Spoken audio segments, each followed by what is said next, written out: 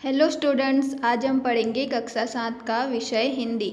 पाठ 18 धर्म बुद्धि और पाप बुद्धि। धर्म बुद्धि और पाप बुद्धि बच्चों संकलित में से लिया गया है। तो चलो हम देखते हैं इस पाठ में क्या है। किसी नगर में धर्म बुद्धि और पाप बुद्धि नामक दो मित्र रहते थे।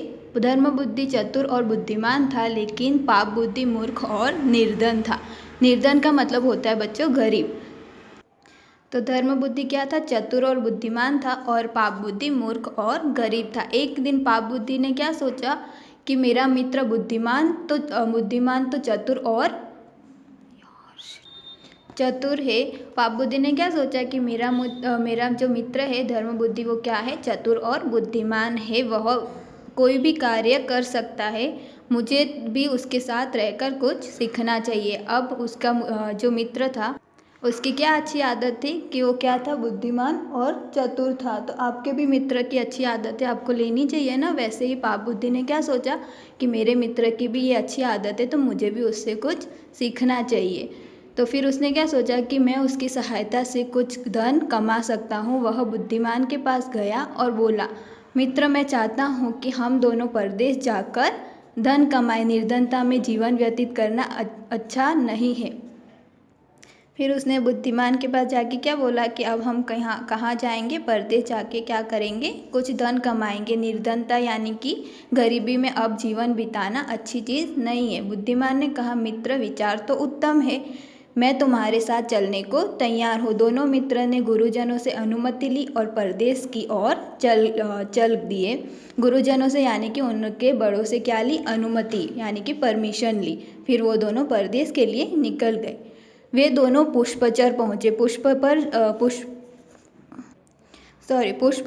क्या है? एक जगह का नाम है। तो वो दोनों वहाँ पे पहुँचे। वह दोनों को परिश्रम से और मन लगाकर काम करने लगे।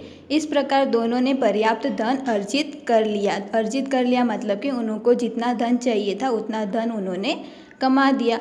अब दोनों मित्रों ने विचार किया कि अब हमें अपने घर वापस चलना चाहिए। दोनों उत्साहपूर्वक अपने घर की ओर चल दिए। जब दोनों अपने नगर के समीप पहुँचे तो पाप बुद्धि ने मन में सोचा, यदि सारा धन मुझे मिल जाए तो कितना अच्छा हो। अब पाप बुद्धि के मन में क्या आ गई बच्चों? लालच आ गई। उसने क्या सोचा कि अब यह सारा धन मुझे मिल जाए तो कितना अच्छा होगा। अब फिर उसने क्या किया? उसके मन में कपट पैदा हो गया। उसने धर्म बुद्धि से कहा, भाई, यदि हम सारा धन घर लेकर जाएंगे तो इतना धन देखकर हमारे परिवार के लोग और हमारे सगे संबंधी हमसे मांगने लगेंगे। अब उसने सारा धन लेने के लिए क्या बोला कि अगर हम सारा धन घर पे लेके जाएंगे तो हमारे सगे संबंधी और परिवार वाले क्या करेंगे? हमसे सारा धन ले लेंगे। इसलिए उसने क्या कहा? पास में अधिक धन होने पर व्यय भी अधिक होता है। व्यय यानी कि नुकसान। अगर हमारे पास धन ज़्यादा होगा तो नुकसान भी क्या है? ज़्यादा है। इसलिए यह धन नगर से बाहर किसी वृक्ष के नीचे गाड़ देंगे और इस समय थोड़ा सा धन अपने साथ ले चलते हैं।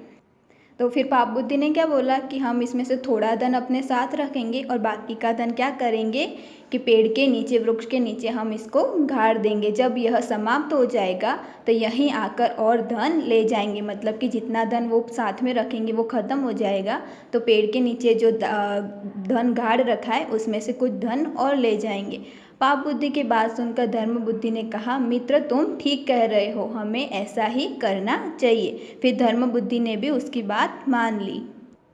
फिर देखो बच्चों, उन्होंने क्या किया। इसके बाद उन दोनों ने एक वृक्ष के नीचे एक गड्ढा खोदा और थोड़ा सा धन अपने लिए बाकी रखा, और जमीन के बाकी का धन उन्होंने क्या किया? जमीन में गाड़ दिया। फिर दोनों अपने अपने घर चले गए। एक दिन रात्रि में पाप बुद्धि ने वृक्ष के नीचे सारा धन क्या किया? चुरा लिया। उसने सारा धन क्या कर दिया? उसने सारा धन चुरा लिया। अब बताओ बच्चों, उसने अच्छा किया या गलत किया?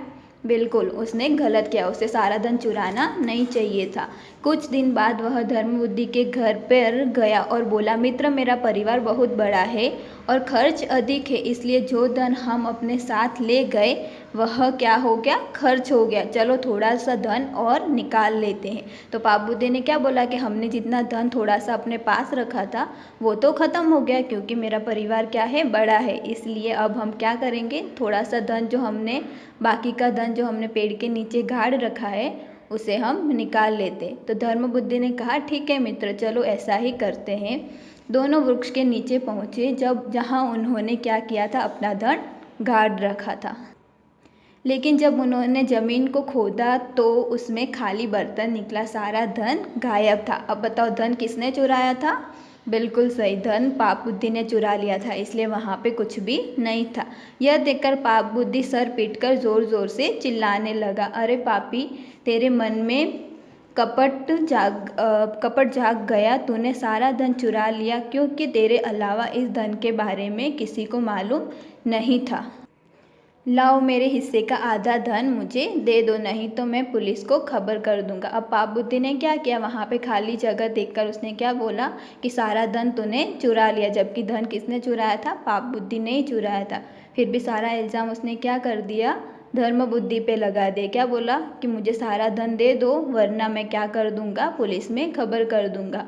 अब धर्म बुद्धि को भी क्या आ गया, गुस्सा आ गया। क्रोधित होकर उसने क्या बोला, अरे दुष्ट, तू मुझ पर मिथ्या लांछन लगा रहा है, मैं भला ऐसा कर सकता हूँ? तो बच्चों, मिथ्या लांछन लगाना यानी कि इल्ज़ाम लगाना। तो धर्म बुद्धि को भी गुस्सा आ गया, क्योंकि उसने तो चोरी की ही नहीं थी। तो उसने क्या बोला कि तू मुझ पे इल्ज़ाम लगा रहा है, मैं कभी ऐसा कर सकता हूँ? मैं तो धर्म बुद्धि हूँ, आज तक मैंने किसी का भी पैसा छल कपट या चोरी से नहीं लिया है। मैं तो पराई स्त्री को माता के समान और पराए धन को मिट्टी के ढेले के समान समझता हूँ। मिट्टी का ढेला हमारे किसी काम का है, वैसे ही धर्म बुद्धि ने क्या बोला, पराया धन मेरे किसी काम का नहीं है। मैं सिर्फ क्या रखना चाहता हूँ, जो मैंने खुद कमाया हुआ हो वही धन अपने पास रखना पसंद करता हूँ।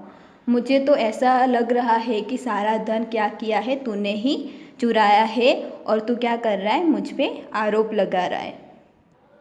फिर क्या किया, दोनों में झगड़ा काफ़ी हद तक बढ़ गया। तो वे दोनों कहाँ पे पहुँचे, न्यायालय में पहुँचे। न्यायाधीश के समक्ष दोनों एक दूसरे पर क्या करने लगे, दोषारोपण करने लगे, मतलब कि एक दूसरे पे आरोप लगाने लगे।